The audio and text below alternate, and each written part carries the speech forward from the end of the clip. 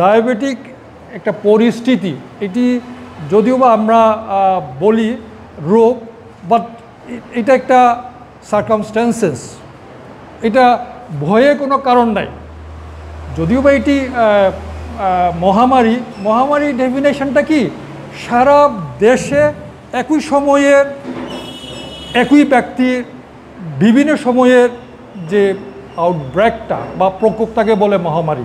এই কারণে কিন্তু মহামারী বলতেছে। ডায়াবেটিক নাই এরকম কোনো অঞ্চল নাই, তাহলে ভয়ে কোনো কারণ নাই। যেমন কোভিড সাডেন আউটব্রেক, এটি একটা চিন্তার বিষয় বা আমাদের একটা অ্যালার্মিং, বাট ডায়াবেটিক কিন্তু এরকম কোনো আশঙ্কা বা ভয়ের কোনো সুযোগ নাই যদি আমরা সচেতন থাকি এবং প্রতিরোধ এবং প্রতিকারের বিষয়ে যদি আমরা জানি, ডায়াবেটিকের ঝুঁকি সম্বন্ধে যদি আমরা জানি, তাহলে আমরা অনেক অংশে আমরা ভালো থাকতে পারবো। ভালো বলতে অর্থাৎ এটি একটা পরিস্থিতি যেটা ডায়াবেটিকের আমরা সংজ্ঞায়িত করি।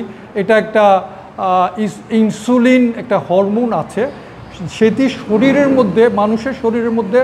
বসুন্ধরা টিস্যু, অশুদ্ধতার বিরুদ্ধে এক বিন্দুও ছাড় নয়। তারতম্য হয়, কোনো সময় ঘাটতি কারো ক্ষেত্রে হয় না, কারো ক্ষেত্রে বেশি হয়। এই কারণে এই পরিস্থিতিটা সৃষ্টি হয়। এটা সম্পূর্ণ নিয়ন্ত্রণ আপনার হাতে। বাংলাদেশ ডায়াবেটিক সমিতির প্রতিষ্ঠাতা ডাক্তার মোহাম্মদ ইব্রাহিমের মৃত্যুবার্ষিকী উপলক্ষে আজকে বান্দরবান ডায়াবেটিক হাসপাতালে একটি ফ্রি মেডিকেল ক্যাম্প আয়োজন করা হয়েছে। এখানে আমরা ডায়াবেটিস রোগীদের বিনামূল্যে ডায়াবেটিস পরীক্ষা করা হচ্ছে এবং সেবা দেওয়া হচ্ছে এবং তাদেরকে পরামর্শ দেওয়া হচ্ছে। আসলে ডায়াবেটিস হচ্ছে একটি ক্রনিক রোগ, যেটাকে আমরা বলি। এটা দীর্ঘমেয়াদী একটা অসুখ এবং বিভিন্ন ধরনের নিয়মকানুন, আমরা যেটাকে বলি লাইফস্টাইল মডিফিকেশান, খাবার দাবার নিয়ন্ত্রণ করা এবং শারীরিক পরিশ্রম, ব্যায়াম আর ওষুধের মাধ্যমে ডায়াবেটিক মুক্ত থাকা সম্ভব। এবং এটা নিয়ে আসলে ভয় পাওয়ার কিছু না, যদি আপনারা নিয়মিত ডায়াবেটিস সম্পর্কে সচেতন থাকেন এবং এই রোগ সম্পর্কে জানেন এবং আপনাদের জীবনে এই খাওয়া দাওয়া, হাঁটা চলা রেগুলার করা, কিছু ব্যায়াম করা এবং ওষুধগুলো যদি নিয়মিত খেয়ে থাকেন, আশা করি ডায়াবেটিস রোগীরা উপকৃত হবেন এবং সুস্থ থাকবেন। শ্রেণীতে আসছে ডায়াবেটিস হাসপাতালে।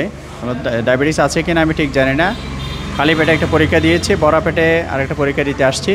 আজকে যারা এই উদ্যোগ গ্রহণ করেছে এটা খুবই প্রশংসনীয়। বিভিন্ন অভিজ্ঞ ডক্টর আসছেন যারা যে ফ্রিতেই চিকিৎসা দিচ্ছেন। এটা আমাদের সমিতি থেকেই অ্যারেঞ্জ করেছে।